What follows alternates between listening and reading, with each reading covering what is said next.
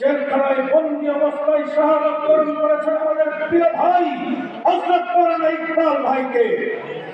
প্রথমে বলতে চাই, আমার ভাই ইকবালকে যারা হত্যা করেছে তাদেরকে বিচার করতে হবে।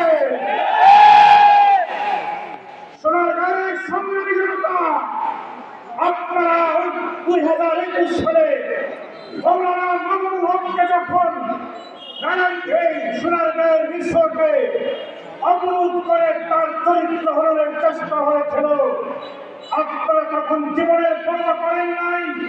বন্দুকের নলকে ভয় পেয়ে ইসলাম এবং মুসলমান আলেমদের পক্ষে নিয়ে যে ভূমিকা পালন করেছেন, ঐতিহাসিক ভূমিকা বাংলাদেশের ইতিহাসে সোনারগাঁয়ের অবদান সর্বান্তরে লিপিবদ্ধ থাকবে।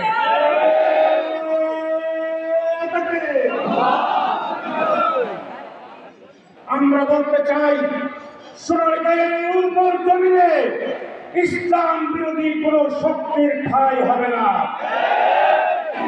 আওয়ামী লীগের দালাল যারা ছিল, যারা 16 বছর দুর্নীতি করেছে, আজকে তাদের দুর্নীতির ফিরিস্তি আসছে।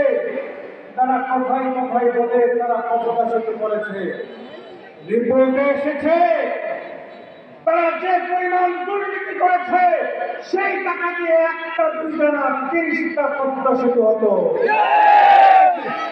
মহা উন্নয়নের মধ্য দিয়ে মহা দুর্নীতি করেছে। এই দুর্নীতিবাজ টাকা পয়সা নিয়ে বাংলাদেশে তলাবিহীন চুরি বানিয়ে আজকে ভারতে পলায়ন করছে। ভারতেও শেখ হাসিনার জায়গা হবে না।